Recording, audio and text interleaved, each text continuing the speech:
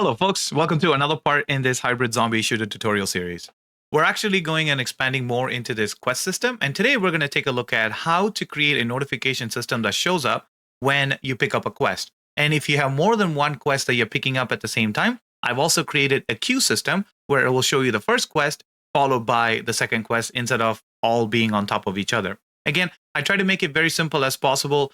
The visual of it is very simple, but you can always expand it as much as you would like, and the functionality will always stay the same as it is. So without any delay, let's go ahead and take a look at how this is done. Let's go to our content drawer, and in our quest system UI, we're going to go ahead and create a new user interface of type widget blueprint and user widget. This, we're going to name this as w_quest notification. Open this up, and we're going to set this to a canvas panel. So drag in a canvas panel inside of your widget. And we're going to add in a size box in the canvas panel. And we're going to set the size box anchor to the center of the screen. And then position X and position Y, we're going to set this to 0. So it's right in the center. And now I'm going to manually move this where I want the notification to show up. So usually in games, the notification shows up just in about the top of their screen. So I'm going to set the size box to about the top of the screen, just like this, and then place it just about here. Again, for your game, you can move it anywhere you like the quest notification to pop up. It could be in the top left corner, right corner. It doesn't really matter. We're just going to say the name of the quest, and we're going to state out that the quest has started. And now I'm going to right click on this size box, and I'm going to go ahead and wrap it with an overlay. And once I wrap this with an overlay and the size box is going to shrink down, we're just going to go ahead and fill this so that it fills the entire overlay. And next, I'm going to search for a vertical box and then add in the overlay right here. And inside of the vertical box, we're going to add in 2 text. So that would be a text block for the name of the quest. And then the second text block is going to be for like something like started or like, on mission, anything that you would like to show along with the mission name or the quest name. For this text block, I'm going to rename this to quest name. And also on the top details, I'm going to set this to quest name and make this a variable. And for this text block, I'm just going to put it as started. And like I said, in your game, you can set this to anything and everything that you like. Now I'm going to select the vertical box and then set this to fill. So it fills the entirety of this. And then the quest name and the text, we're going to center it. So it's right in the center. And we can go ahead and change the font style and also set the size to like maybe 50. There we go. And then started, I'm going to probably drop it down by maybe 45, just so that's a little bit smaller. 40 should do the trick. And let's make sure that it is justified to the center. And the last thing I want to do is I want to select this quest name and also the started. And then I'm going to set this to fill. And we're also going to make the started a variable. So I'm going to go ahead and name this as status and set this to a variable, compile. And in our graph, off of event construct, I'm going to drag in the quest name and I'm going to set text and set this set text node. Drag off of this in text, and we're going to make promote it to a variable. We're going to name this as name, and then let's make it instance editable and also expose on spawn. Additionally, we're going to create a new variable, and we're going to name this completed and do a question mark. Make this instance editable and also expose on spawn. And now we're going to drag in our status, and we're going to do the set text, same thing. So I'm going to just select it and then copy it over and then connect this to the target. And for the in text, I'm going to do a select node. And the wildcard is going to be our completed. If the completed is true, then it's going to say completed. And if the completed is false, it's going to say started. And now we're going to connect this here just like so. Compile and save it. Now in our BPC Quest Manager, go to our Setup Objective UI. And here we're going to add an input. And this would be our quest name input. And this would be of type text. Compile and save it. And here we're going to create widget. And this would be our w_quest notification widget. We're going to plug in the quest name, and we're going to leave this completed as false because this is called when the quest is being assigned to the player. So it's not completed yet. And this, we're going to promote it to a variable just so that if you want to do anything with this variable in the future, we could always do so. So for now, I'm going to go ahead and promote this to a variable and name this quest_notification. And now when we call in this objective UI, you need to send this quest name information. Now I'm going to go to our start quest logic here, where we have our setup UI objective. We need to get in the quest name as well. So let's go ahead and drag this over to our start quest logic. So it connects there as a node. And then I can go ahead and disconnect this and then do a get quest name. And this would keep it nice and clean instead of having the wires dragging across the screen. Do a compile. Then we're going to go to our give quest where we have our quest name. We're going to get this information from our ST quest data. So where we're breaking our ST quest data, we're going to go ahead and add our quest name pin. And then now we can just connect this just like this. And the last thing that we need to do is after we create this quest widget, we just need to add to viewport, compile and save this. And now if you go ahead and press play, and when you go and pick up the quest, you should see it says zombie hunt started, right? It's as simple as that. And again, you can feel free to go and play with this notification and put it anywhere on the screen and move it around and see where it fits. We need to now go ahead and get rid of this quest notification after a little while. So we're going to go to our quest notification here again, and we're going to go to our animation, and we're going to add in a new animation, and this would be close notification. Let's go ahead and select our vertical box here, and then go back to our animation screen, select the close notification, and then click on add to the vertical box. Click on this plus icon, and then we're going to do a transform. And at 0, 0, this is perfectly fine. And we're just going to mess with our scale here. At about, let's say, 2 seconds or so, we're just going to set this X value to 0 and also these Y value to 0. So how this would do is it will just like disappear into the screen, just like that. So that's all we're going to do to kind of like get rid of this off of our screen. Compile. And in our graph, after we set our text for the quest, then we're going to drag in our close notification. And we're going to do a quick delay here. This is how long you want the message to show up in the screen. So we're going to set to like maybe 2 seconds or so. Once it's completed, we want to play animation with finished event and connect this to the completed. And the widget that is associated with this would be self. So we're going to go ahead and do a reference to self. And the play mode is going to be forward. And when it's finished, then we want to go ahead and remove ourselves from parent. This will basically remove this quest notification from our screen after it goes to like 0, 0. So if I now go ahead and press play, and if I pick up the quest is going to show up. About 2 seconds later, it will just fade into the screen, and now it's basically gone. Sweet. And we can even make this even better. If we can go to our designer, animations, create a new animation, and this would be open notification or start notification. Either way works. And again, with the vertical box selected in our animations, we're going to select our notification and we're going to do a add vertical box. And then we're going to do the same transform. And we're going to do the scale here. At the timeline being at 0 second, we're just going to start with 0, 0.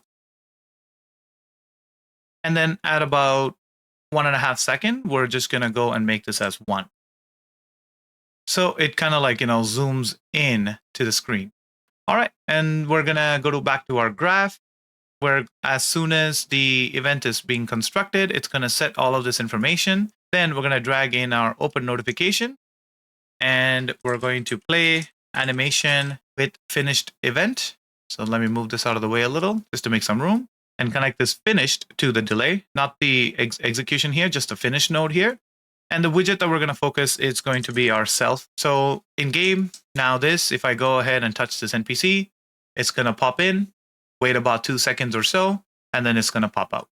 This is good. Now, this is a very basic quest start, but there's an issue that you will run into immediately. If I go back to my NPC, and then if I enable a second quest, let's go ahead and set this to 1002. Usually, in your case, you would hand out 1 quest at a time, but let's say there is an event where you need to hand the player 2 quests at the same time. Then if I go ahead and press play, and if I touch this cube, you'll see both of them are going to be right on top of each other because both of them are being given at the same time. That means both of them are playing the quest objective at the same time. To fix this, we need to now create a queue system to queue all of our active quests so that our notification goes through one at a time from our queue and then creates a notification for it. It's pretty straightforward. Requires a couple of different functions to be set up, but it is pretty easy to take care of. First, in our quest manager, we're going to create a new function, and this is going to be called update quest queue. And here we need a new variable, and this variable is going to be our quest underscore queue. Let's make this of type text and also a type array. And the update quest queue is going to have an input, and this is going to be our quest name.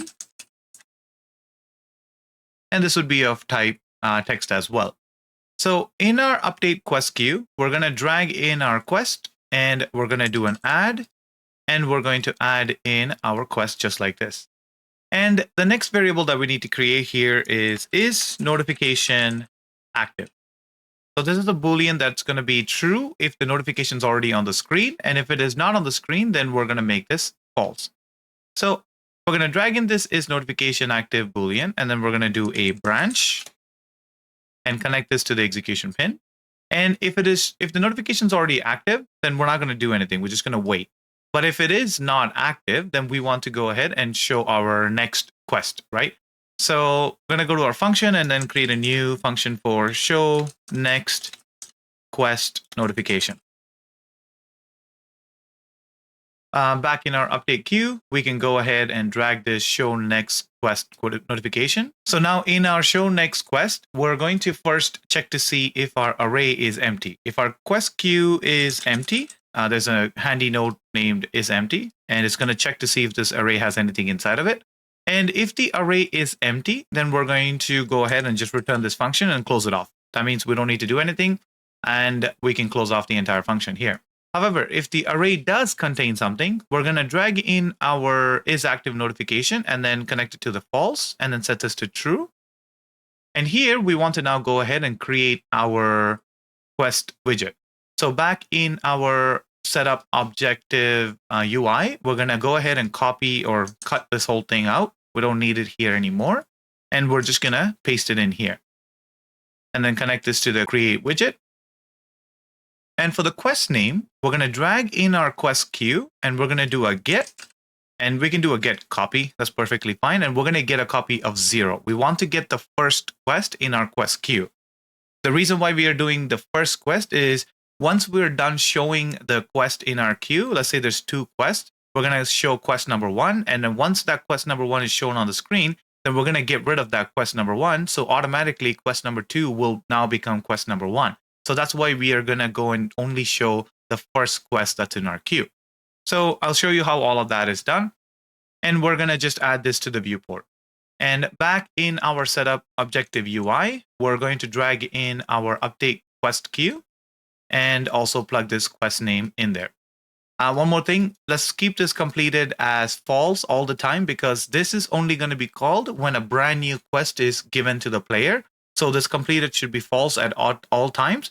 So our quest notification can say that it is started. So now the last thing that we need to do is in our quest notification, we want to notify our quest manager when this widget is done playing all of their animation and the notifications on the screen for enough time. Again, this animation is all optional. You don't have to do this animation, but you could always do a delay after you show the quest on the screen, and then you can just leave it there for a couple seconds, and then you can just call up for our quest manager and tell them, hey, the quest notification's on the screen for enough time. Now we can go ahead and remove it, and let's show if the next quest, if there's anything in the queue. So we're going to use our interface to do that communication. So we're going to go and add in a new function. We're going to name this on quest notification completed. Compile and save it. It doesn't require any type of inputs at this time. So we're going to go back to our quest notification widget. We're going to get our player character. Off of our player character, we're going to get component by class. And this is going to be our quest manager. Off of this, we're going to call on quest notification completed. And this is going to be off of the finished event after you're done closing out your quest notification on the screen. This is our close notification. And then we can go ahead and remove this from parent. If you remove this from parent and try to send this a notification, it's not going to work because this widget wouldn't exist in our level anymore because we have removed it. So this notification will not go through. So make sure you send this notification first, then you go ahead and remove this parent. And now in our BPC Quest Manager, we can go to our interface and you should see on quest notification completed. Double click on it to implement this event. Here, we're going to immediately set our is notification active to false. Then we're going to drag in our quest queue. And this is where we're going to go ahead and remove our index at index 0. So this is when we are removing that first line item. So the second line item will automatically now move up to the first line item. And then we're going to show the next quest notification.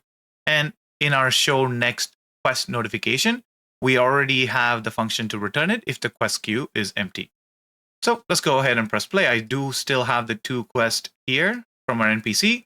Now, if I go ahead and touch our queue, you should see the first quest is going to show up on the screen, stay for 2 seconds. It's going to go ahead and disappear. And now the second quest will now show up on the screen, stay for a couple seconds, and then go out. Now, I made very simple animations, but in your game, you can make it as fancy as you would like. But the functionality and the concept still stays the same. It's only the visual that you would be going and changing it. You can make, you can add images to this, and you can make little effects or stars and anything popping out. Those are all animation. Those are all more visual things, and it has nothing to do with the functionality.